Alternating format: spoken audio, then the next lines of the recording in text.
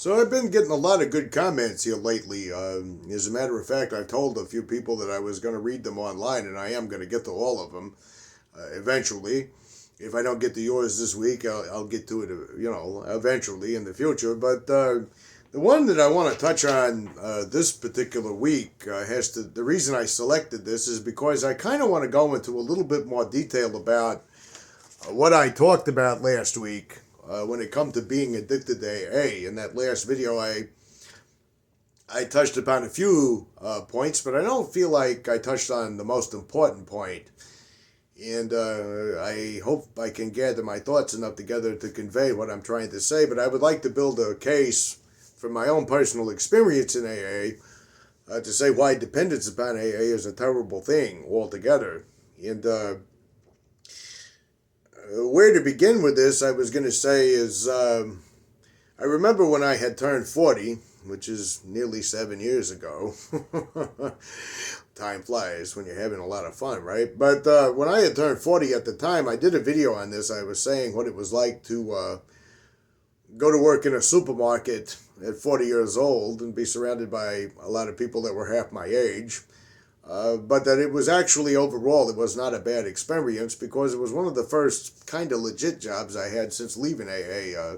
During my time in AA, when I had lost my license and gone to jail and all that other kind of shit, I had been embroiled in those, well, I won't go into a lot of detail with that because that's not important to this video.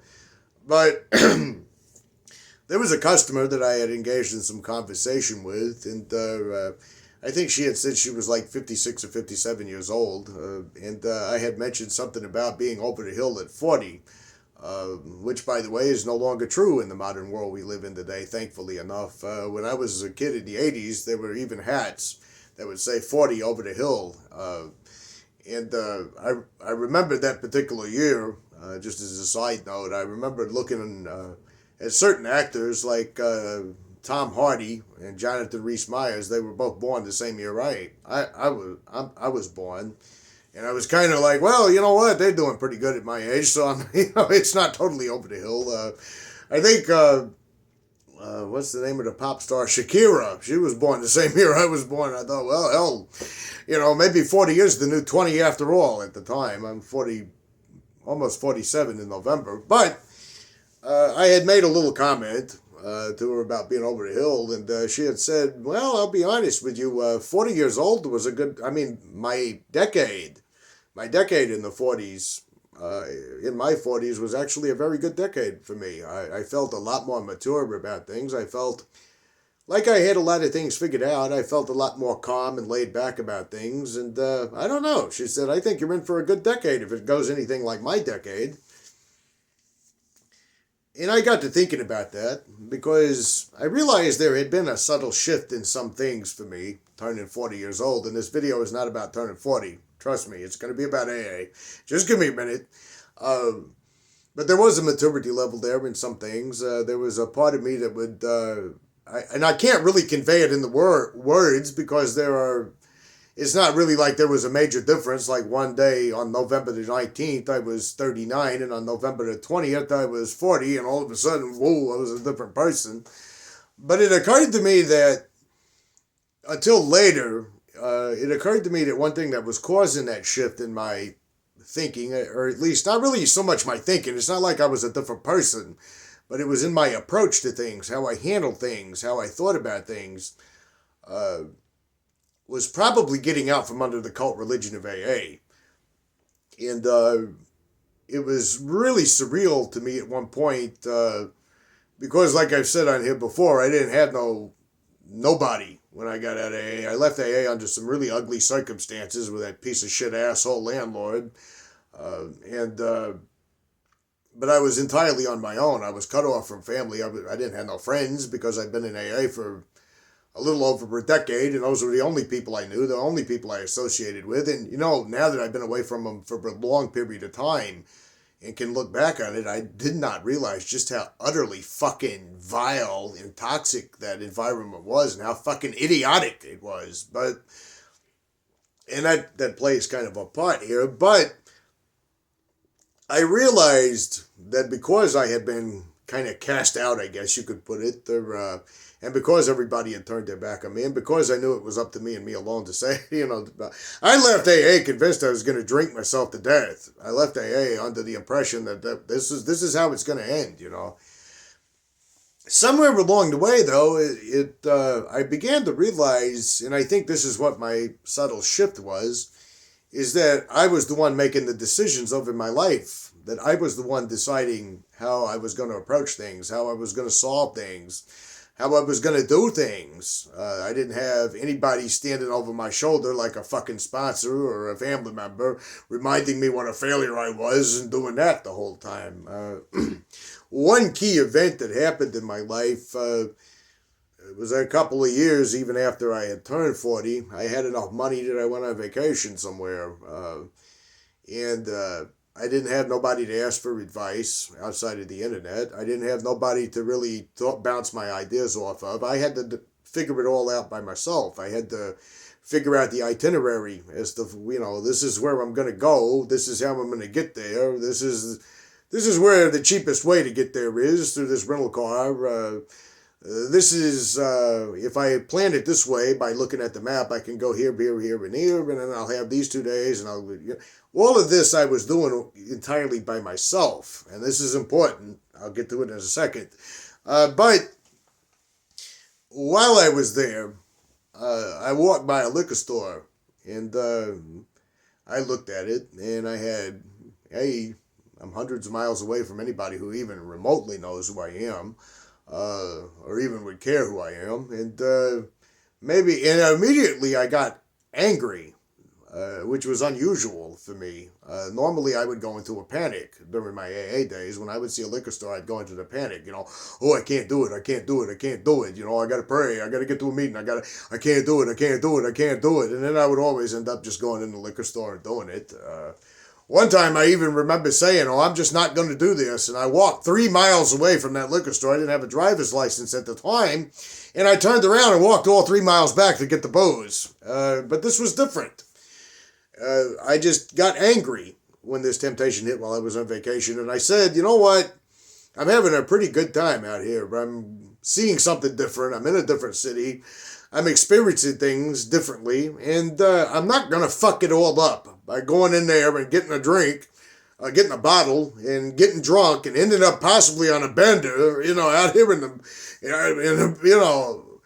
it irritated me. I said, I am not going to fuck this up. I'm not going to ruin my goddamn vacation, and I haven't had a vacation, and I can't even tell you how long ago, but I just said, no, I'm not going to do that, and I walked away. And there was no more temptation. I just said, I'm not going to fuck this up. I'm having too much fun to fuck this up. I was pissed. And it occurred to me a little later, after all of that was over with, that was important. And it was important because it was my decision not to do it. It was my decision. It wasn't because I was afraid of the wrath of some AA higher power. It wasn't because I was afraid that the program was right and I was wrong. It wasn't because I was worried about toxic family members that were going to remind me of what a failure I was. It was simply because I wanted to do that. And what I was talking about at the beginning of this video, it occurred to me later on, the reason that was a good time in my life, at that period, was because I was the one making the decisions about my life.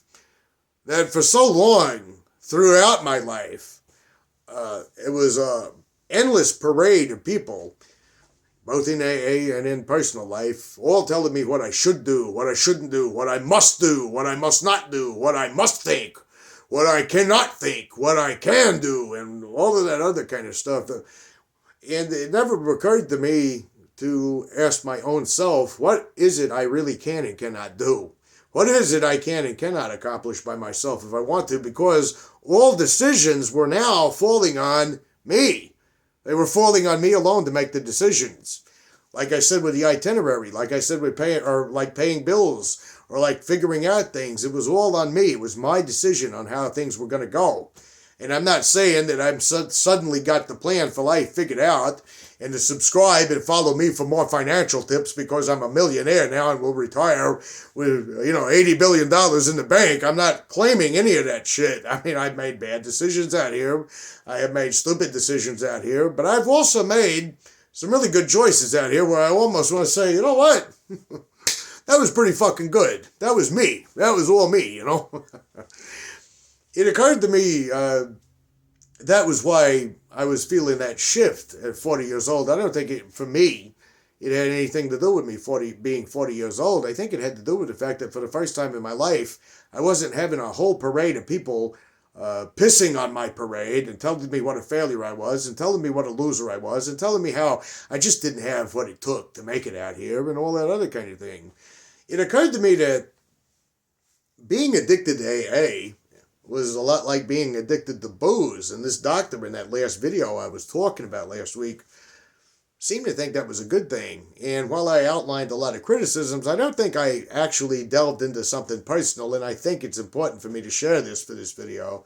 When I drank, when I was a drinker, before it just took total control of my life and I was just out of it, my entire existence pretty much worked like this. I rolled out of bed early in the morning, and the only thing I can think about is, man, I feel like shit, and I can't wait for the day to be over so I can get to my liquor, and most of the time, I mean, I remember at one point, and I'm going way back here, when I would get home, my favorite place to be was the bathroom when I was going to take a shower, because I could lock myself in there and I could and I could get in the shower, and I could do a few more when I got out of the shower, and I could go to my room. But neither here nor there. My whole entire existence was the drinking. This is at the beginning of the day. I was already thinking about punching the clock at the end of the day so I could get to a liquor store, and that was it. I mean, I had other thoughts. I had, half-assed dreams, half-assed notions. I had things I found interesting. I had things that in my life, but that was primarily the top priority, is this day has got to fucking end so I can get to a liquor store. Well, when I got to AA, I realized nothing had changed, really. And I didn't realize it then. I realize it now in retrospect. It was the same fucking thing. It was this constant litany of, I got to not drink today. I got to get to the meeting. I got to talk to the sponsor. Oh my God, I'm powerless. I'm a sick alcoholic. I'm going to fuck my life up. I don't know what I'm going to do. And end up drinking and end up with another white chip and end up back in there humiliated and end up with more insults. And I got to get to a meeting and I got to get to a meeting. I can't trust my own thinking. I'm a drunk. I'm a this. I'm a that. That was my entire existence. The whole entire time I was in Quackaholics Anonymous. And there was a really frightening feeling about being kicked out of it at the time. I wasn't really kicked out. I just left under a dark cloud and said, fuck it, I'm not going to ever crawl back in there and go through this shit anymore. But I was on such bad terms that, it wouldn't have mattered anyway. And I wasn't, but the really primary difference, I guess, with me being on that vacation and saying I'm not going to fuck up my trip like that, and me making decisions about my own life, was I was independently making these decisions as a free individual. It occurred to me that when you're dependent upon AA, you're almost kind of like, and I've even had AA people brag about this kind of mentality, you're like a child. Okay, you're not making your decisions any longer. You're letting other people make your decisions for you. It creates an unhealthy type of dependence, because for me as an adult now, out here making my own decisions and planning my own ways and doing that kind of thing and realizing to some degree, and I haven't got this all figured out. I could be fucking penniless tomorrow. I mean, I could step out that door and get hit by a car, or I could get, what is the thing I'm reading about in the news? I could get the bird flu. Okay, and end up back in a hospital and be devastated financially and everything. But I realized that it was me taking care of my own business, free from judgment, free from other people telling me, criticizing me or something. To point back to the example of that liquor store earlier on vacation, I remember one time during my time in AA. There was a time where I had a kind of a moment similar to that, not quite the same, but there was a moment where I could have gone and got drunk and nobody would have found out about it until I went on the bender. But I chose not to.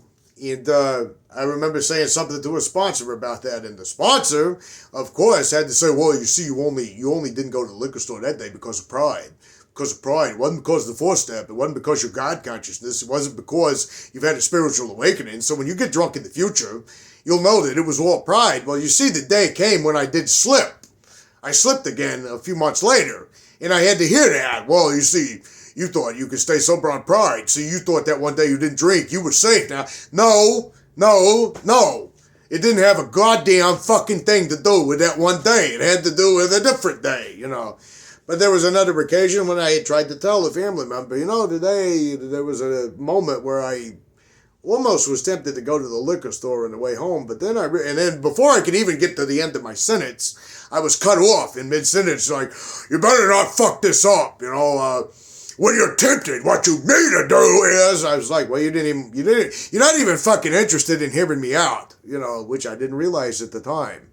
I didn't realize it at the time because I actually thought that I was supposed to prove to these fucking lowlifes and these fucking idiot cult members that I was a different person. I don't have shit to prove today because it's my life and I can do, within reason, what I want. I mean, I can't stop paying taxes and I can't not die one day from, hopefully far in the future from now. AA dependency, to me, is crippling because I never got to really experience the independence of adulthood the way that I experience it now, where these things are up to me. These things are my thoughts, my life, my actions are mine alone, and my responsibilities are just that. My responsibilities. I'm not accountable to a bunch of fucking loser cult members who treat you like garbage and whose lives are not together at all. I didn't realize what a vile, toxic, sick atmosphere AA was, but I realized that living in AA like I did for over a decade, where every day was sponsors and steps and will I drink today, will I not drink today, will I get drunk tonight, will I not get drunk tonight, life passed me by, because every day I would wake up and it was, am I going to drink? Am I not going to drink? Am I going to AA? Am I not going to AA? Alcohol, sobriety, four-step, fifth-step. A year would go by and I had missed the whole fucking year because the entire year was me doing that every single day. And then another year would go by and I missed it because it was me doing that kind of crap every single day on top of everything else.